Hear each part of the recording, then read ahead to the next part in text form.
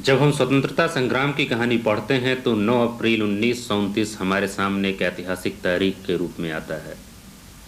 इस दिन आज़ादी के दो दीवानों ने दिल्ली स्थित सेंट्रल असेंबली में बम फेंका था ट्रेड डिस्प्यूट्स बिल के खिलाफ। ये दो महान क्रांतिकारी थे, भगत सिंह और बटुकेश्वर दत्त। दोनों की दोस्ती मशहूर थी और दोनों एक दूसरे से इस तरह जुड़े थे कि लोग समझते थे ये दोनों एक ही व्यक्ति हैं और दत्त भगत सिंह के नाम से इन्हें जानते थे। भगत सिंह को तो अंग्रेजी हुकूमत ने फांसी की सज़ा दे दी, लेकिन बटुकेश्वर दत्त को काला पानी की सज़ा हुई।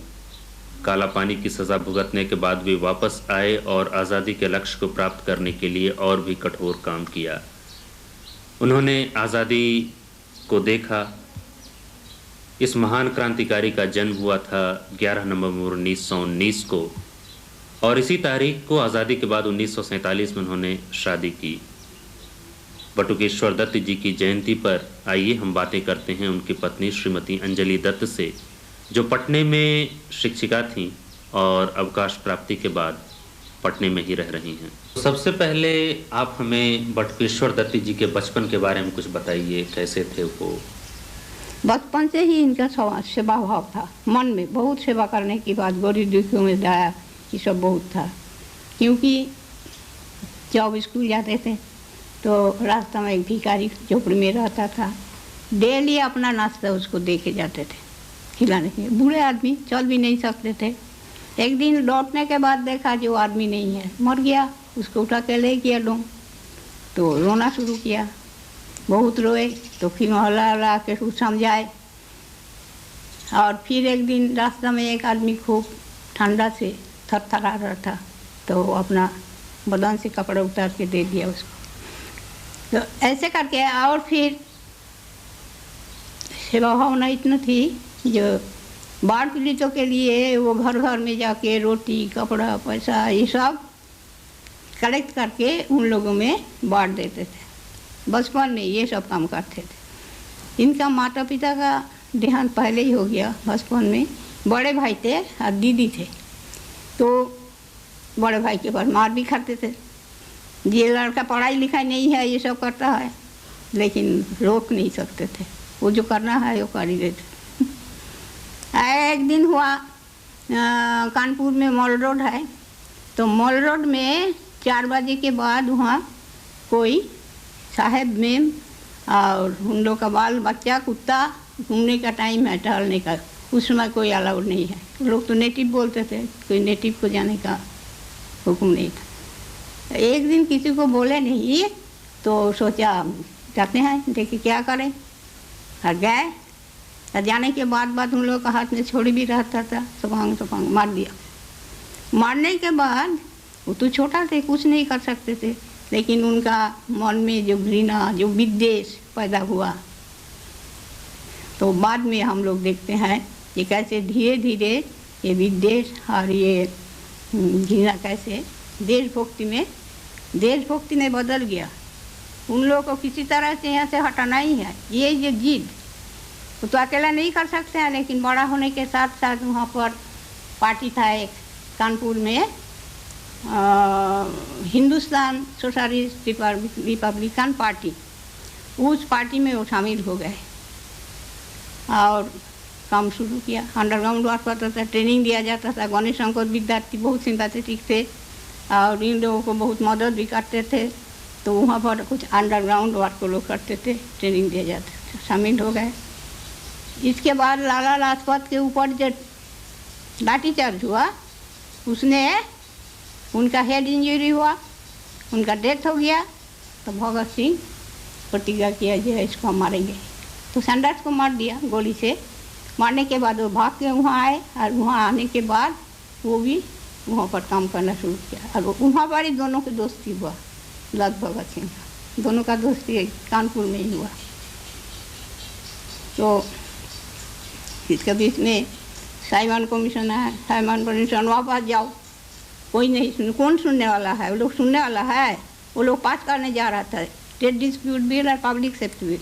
ये दोनों बिल पास होने से हिंदुस्तान का बहुत हानि हो जाता, माने भारतवासियों को हर तरह से जकड़ रखने का योजना था। इसलिए ये लोग सोचे जो हम लोग वहाँ जाके इसको विरोध करेंगे, इसको बंद करेंगे, बोलने से कुछ नहीं होगा। तो बम लेकर और पट्टा लेकर वहाँ पहुँच गए।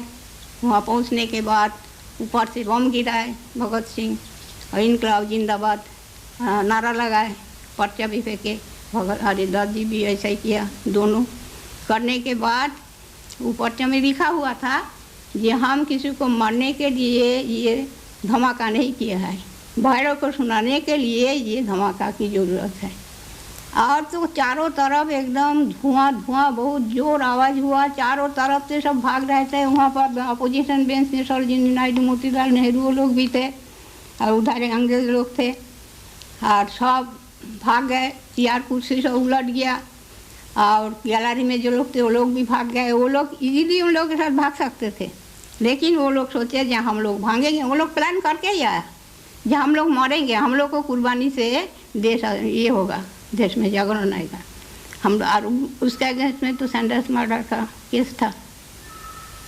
तो फिर पकड़े गए, पुलिस आके ले गए, लेके दिल्ली जेल में रख दिया। दिल्ली जेल में रखने के बाद चोर डाकुओं के साथ रखा गया। तो लोग विरोध किया, या हम लोग ही तो राजनीतिक बंदी है। और सॉलिटरी कन्फाइंड में एक छोटा सा रूम, खिड़की नहीं है, सामने गौराधार रहेगा और 2 कुर्ता, 2 पैंट और 2 कंबल। क्या जाड़ा क्या गर्मी, बस यही उन लोगों को मिला था। रोशनी नहीं, पेपर नहीं, कुछ नहीं। तो ये लोग बोलो जो हम लोग भी तो राजनीतिक बंदी हैं, हम लोग को क्या फैसिलिटी नहीं दिया जाएगा। और ये रोटी जो देता था वो कंकड़ बोले खाएंगे नहीं, बीच में ऐसे हल्ला करते थे, विरोध करते थे। तो सरकार, ब्रिटिश सरकार सोचा ये दोनों को भयंकर है, इन दोनों को अलग कर दो। तो अलग होने के पहले इन लोग को मालूम था, दोनों तय कर दिया जो हम लोग आमरण अनशन करेंगे। हम लोग सोच भी नहीं सकते थे ये 1 दिन 2 दिन नहीं खाने से क्या हालत हो जाता है। और ये लोग कंटिन्यू 6 महीना हंगर स्ट्राइक किया, 6 महीना। उसके उठने का शक्ति भी ख़त्म हो गया और सोचते थे जो हम लोग तो जेल के अंदर मर रहे हैं, बाहर में कुछ कोई जानेगा भी नहीं। लेकिन वो तो मालूम हो ही जाता है। बाहर में इन लोगों के लिए जुलूस, मीटिंग, लाठीचार्ज ये सब चल रहा था। और ज्योतिनदास भी आए, ज्योतिनदास भी इन लोगों में शामिल हो गए हंगर स्ट्राइक में। कुछ लोग शामिल हुए, कुछ में तोड़ भी दिए। और ज्योतिनदास जब इन लोगों को पहले थ्रेट किया, पहले समझाए, उसके बाद थ्रेट किया, उसके बाद बहुत सारा खाने का चीज़ रख देते थे रात को, जो भूखे मारे खा लेंगे। ये खाएंगे क्या, वो लोग खाएंगे, फिर खाली पानी पीते थे वो लोग। तो सोचा जो हाड़ी में दूध रख दो तो हंगर स्ट्राइक भंग हो जाएगा। दूध रख दिया तो अंधेरा में दूध तो उजला है, दिखाई देता है। तो गराज में 24 घंटा गराज के सामने पहरा देता था शांति। उसी के ऊपर दर्दी हाड़ी, मिट्टी का हाड़ी था, उसमें फेंका, टूट के उसके बदन के ऊपर गिर गया था दूध। ऐसा करते करते फिर जब देखा जो गवर्नमेंट ये नहीं मान रहे हैं तो फोर्स फीडिंग शुरू हुआ। हाथ पैर दोनों बांध के और नाक से ट्यूब देकर और जबरदस्ती दूध पिलाया जाता था। अब हमें थोड़ा बताइए बटुकेश्वर दत्ती जी जो घर से भागे थे उस बारे में, और ये भी कि भगत सिंह जी कानपुर कैसे आए, किस सिलसिले में आए। हाँ, भगत सिंह ऐसे सुने हैं जो उनका माँ और बाबूजी का नाम था किशन सिंह जी, माँ का नाम था विद्यावती देवी। ये दोनों उनको शादी के लिए कोशिश कर रहे थे।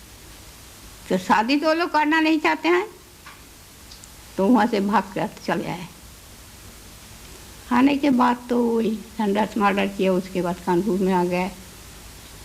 कानपुर फिर दिल्ली में बम फेंका, फिर अनशन शुरू हुआ। और दत्त जी का संबंध घर से था या भाग गए थे? कौन दत्ती का? हाँ ना, इनका भी मालूम नहीं था परिवार किसी को ये जिंदा है या मरा है, कुछ नहीं मालूम था, एकदम गायब। और लोग जानते थे जो मर ही गया है।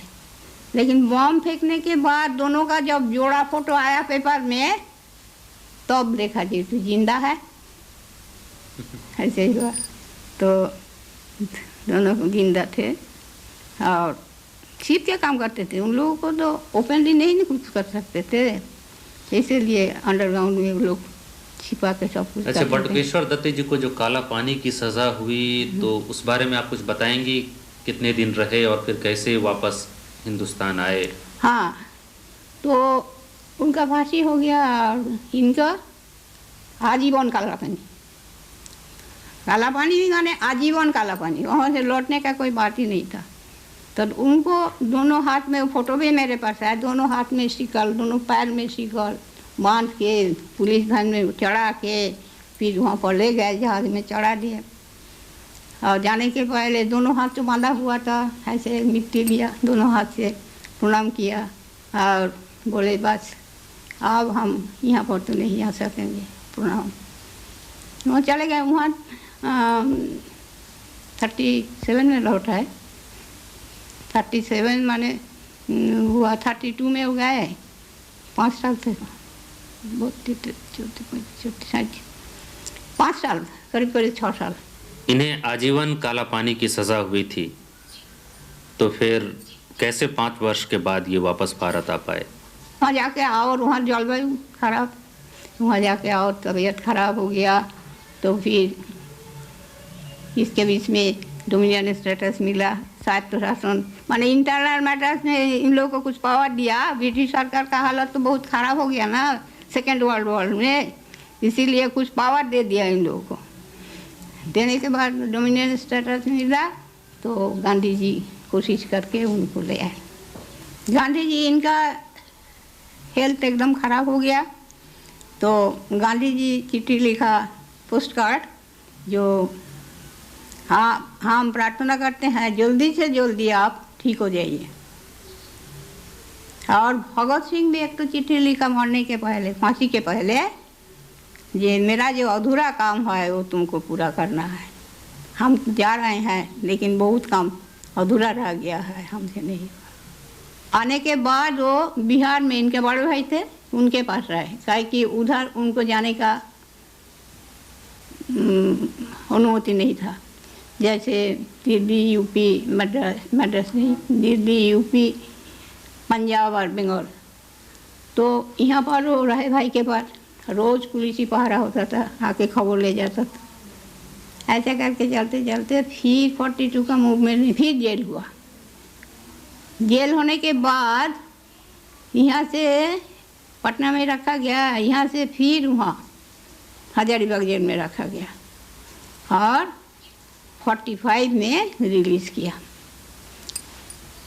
47 में इंडिपेंडेंस हुआ, 45 में फिर वो यहाँ इंटर्न थे। जब तक आज़ादी नहीं आई तब तक वो नहीं जा सकते थे। अब हम आपकी शादी के बारे में आपसे कुछ जानना चाहेंगे। 11 नवंबर को बटुकेश्वर दत्त जी का जन्म हुआ और उसी तारीख को आज़ादी के बाद 1947 में आपकी शादी हुई। तो क्या कोई ख़ास वजह थी कि एक ही तारीख को आपकी शादी हुई? ये तो संयोग की बात है जो एक ही डेट में पड़ गया, लेकिन कुछ लोग बाद में बोलते थे ये एक ही डेट में होना ठीक नहीं है, बहुत अनहैप्पी हो जाता है, नहीं जानते हैं, लेकिन हो तो गया एक ही डेट में। और इंडिपेंडेंस के बाद इनका बड़े भाई पेपर में एडवर्टाइजमेंट किया और हमारा बाबूजी जाके कांटेक्ट किया। वहाँ कांटेक्ट करने के बाद बातचीत, जैसे अरेंज मैरिज होता है ऐसे बातचीत से अरेंज मैरिज 1947 में ही हुआ। जब आपकी शादी हो रही थी तो क्या आपको कोई डर नहीं लगा कि ऐसे क्रांतिकारी से आपकी शादी हो रही है तो पता नहीं दाम्पत्य जीवन सुखी रहे न रहे? नहीं, ऐसे तो कुछ नहीं था। हम क्रांतिकारियों को जीवनी पढ़ते थे, हम बहुत इंटरेस्टेड थे, हमको अच्छा नहीं लगता था। तो इसीलिए जब इनके साथ बात हो रही थी तो हम ताजुब बन गए, ये इतना महान आदमी के साथ कैसे शादी होगी, हम सोच भी नहीं सकते थे। तो डर तो नहीं था, लेकिन मेरा गौर बहुत हुआ। तो इस वार्तालाप को हम यहीं समाप्त करते हैं। आपने दूरदर्शन को इतना समय दिया, हम इसके लिए आपके बहुत बहुत आभारी हैं। नमस्कार।